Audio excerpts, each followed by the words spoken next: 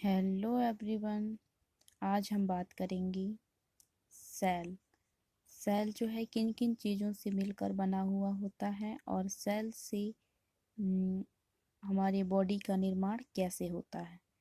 तो सबसे पहले जो है जानते हैं हम कि सेल किन किन चीज़ों से मिलकर बना हुआ होता है।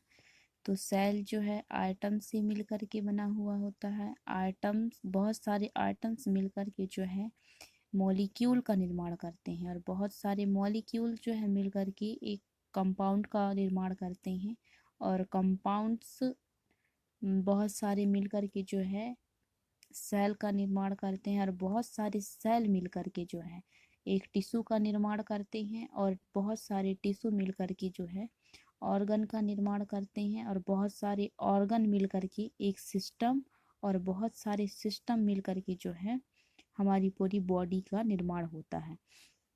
तो सबसे सूक्ष्म जो है आइटम्स होते हैं जो कि बहुत सूक्ष्म होते हैं। उसके बाद आता है मॉलिक्यूल्स, ये कुछ बड़े होते हैं और इसके बाद आता है कंपाउंड, फिर इसके बाद आता है सेल। तो सेल भी जो है बहुत छोटे छोटे होते हैं। इन्हें जो है हम खुली आंखों से नहीं देख सकते, इसके लिए हमें माइक्रोस्कोप की आवश्यकता होती है। हम इसे माइक्रोस्कोप में देख सकते हैं। तो टिश्यू हो गया, टिश्यू के बाद ऑर्गन और ऑर्गन के बाद जो है सिस्टम और सिस्टम के बाद पूरी बॉडी का निर्माण हो जाता है। तो हम इस डायग्राम से देखेंगे, ये एक सेल है। तो सेल को जो है किसी भी आकार में हम देख सकते हैं, इसका कोई आकार निश्चित नहीं होता है। तो ये जो बीच वाला भाग है इसे न्यूक्लियस कहते हैं, ये न्यूक्लियस कहते हैं इसको। और फिर ये जो द्रव्य है, ये जो जितना भी ये द्रव्य है इसको जो है साइटोप्लाज्मा कहते हैं। और ये जो बाहर का एरिया है इसे जो है सेल मेम्ब्रेन कहते हैं। और ये जो है ये गल्जी बॉडी हो गया और ये राइबोसोम्स हो गया, ये माइट्रोकांडिया है, ये माइट्रोकांडिया, ये गल्जी बॉडी और ये राइबोसोम्स, ये लाइसोसोम्स और ये सेंट्रल सोम और ये जो है ये न्यूक्लियस प्लाज्मा हो गया और ये क्रोमोसोम्स हो गए। तो ये जो है बीच वाला भाग, सेल के जो बीच वाला भाग होता है उसे न्यूक्लियस कहते हैं।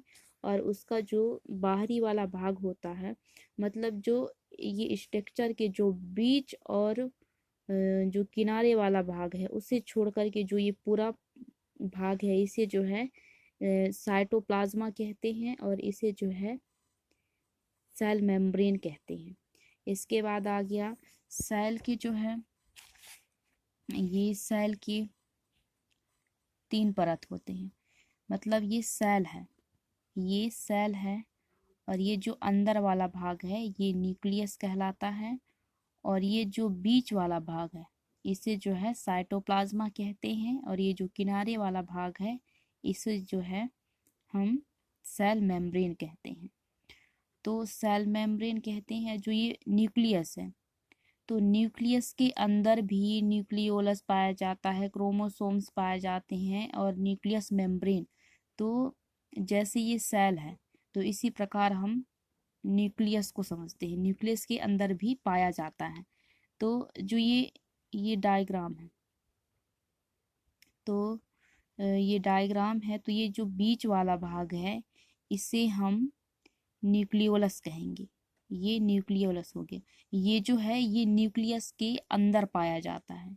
जो सेल है तो सेल के जो बीच वाला भाग है उसके अंदर जो है न्यूक्लियस होता है। तो न्यूक्लियस के अंदर भी कुछ पाए जाते हैं जिन्हें हम न्यूक्लियोलस कहते हैं। तो जो ये बीच वाला भाग है इसे हम न्यूक्लियोलस कहेंगे और ये जो इसका बीच वाला भाग है इसे क्रोमोसोम्स कहेंगे। और ये जो है ये लास्ट वाला जो बाहर तरफ का है इसे जो है न्यूक्लियस मेम्ब्रेन कहते हैं। जैसे सेल में भी 3 परत पाए जाते हैं वैसे भी इसमें भी 3 परत पाए जाते हैं। इसका बीच वाला भाग न्यूक्लियस कहलाता है और इसका बीच वाला भाग ये न्यूक्लियोलस कहलाता है।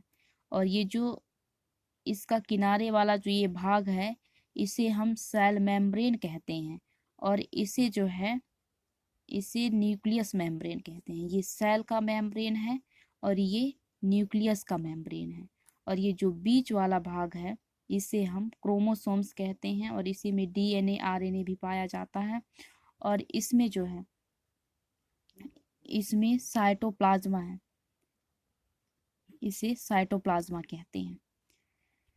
तो ये क्लियर हो गया कि सेल के 3 परत होते हैं, उसी प्रकार न्यूक्लियस के भी 3 परत होते हैं। उसके बाद आ गया टिश्यू। तो टिश्यू में हम देखते हैं टिश्यू के भी 5 टाइप्स होते हैं। ये 5 प्रकार के होते हैं। पहला है कनेक्टिव टिश्यू हो गया, मस्कुलर टिश्यू हो गया, नर्वस टिश्यू हो गया, एपिथेलियल टिश्यू हो गया और ग्लैंड टिश्यू हो गया। इसके बाद आता है टिश्यू के बाद ऑर्गन। तो ऑर्गन जो है एक या एक से अधिक प्रकार की टिश्यू जो है मिल करके एक ऑर्गन का निर्माण करते हैं। और ऑर्गन का जैसे इसका एग्जाम्पल है स्टमक। उसके बाद आ गया सिस्टम।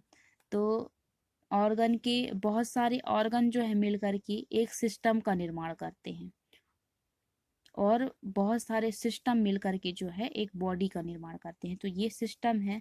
तो सिस्टम जैसे रिस्पायरेटरी सिस्टम हो गया, डाइजेस्टिव सिस्टम हो गया, यूरिनरी सिस्टम हो गया, रिप्रोडक्टिव सिस्टम हो गया, नर्वस सिस्टम हो गया, एंड्रोक्राइनोलॉजी सिस्टम हो गया, सेरोलॉजी सिस्टम हो गया, मस्कुलर सिस्टम हो गया और स्केलेटिक सिस्टम। इसी प्रकार के और भी सिस्टम हैं, जो कि सभी प्रकार के सिस्टम जो है मिलकर के एक बॉडी का निर्माण करते हैं। और सिस्टम से मिलकर के जो है लास्ट में बॉडी का निर्माण हो जाता है। तो ये बॉडी का हो गया। तो सेल से मिलकर सेल जो है item, molecule, compound, cell, tissue, organ, system और बॉडी।